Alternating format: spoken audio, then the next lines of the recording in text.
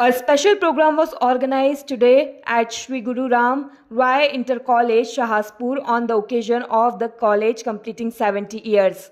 Chief Minister Pushkar Singh Dhami attended the event as the chief guest and honored the college's students and teachers. During the event, CM Pushkar Singh Dhami said that incidents of cheating and paper leak were breaking the morale of students in the state. To curb such malpractices, the government has implemented an anti-cheating law. Since then, not a single case of cheating has been reported. The government has taken strict action and sent a large number of cheating mafias members to jail. The Chief Minister further stated that the government will continue to make every possible effort to support students in the field of education. MLA Sahadev Singh Pundir was also present during the event. प्रदेश के अंदर लागू किया है, जो आज अन्य प्रदेशों के लिए भी एक उदाहरण बन गया है।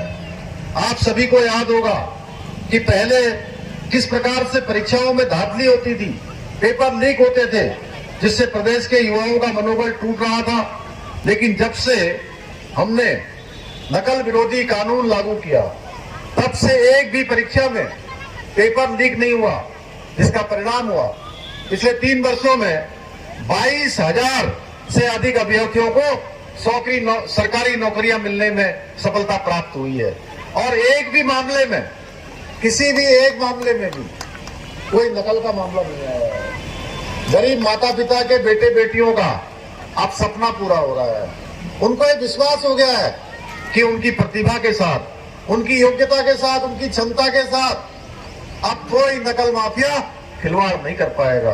भाइयों बहनों, आप सबको याद होगा, नकल माफियाओं पर पहले कार्रवाई करने में कभी भी कोई जो है सख्ताई नहीं हुई, लेकिन हमने तय किया कि हमारे बच्चों के भविष्य के साथ जुड़ा है, हमारे बेटे बेटियों के भविष्य के साथ जुड़ा है, हमारे भाई बहनों के भविष्य का सवाल है।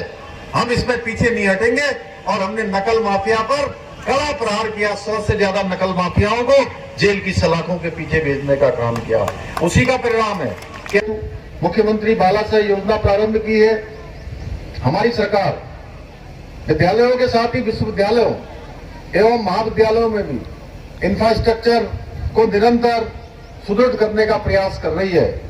आज राज्य में 20 मॉडल कॉलेजों एवं 9 महाविद्यालयों की स्थापना करने के साथ ही महिला छात्रावास एवं IT लैब सहित परीक्षा भवनों का निर्माण कार्य किया जा रहा है। इसके साथ ही प्रदेश की नई भर्तियों के माध्यम से टीचिंग स्टाफ की कमी को भी पूरा करने का प्रयास किया जा रहा है।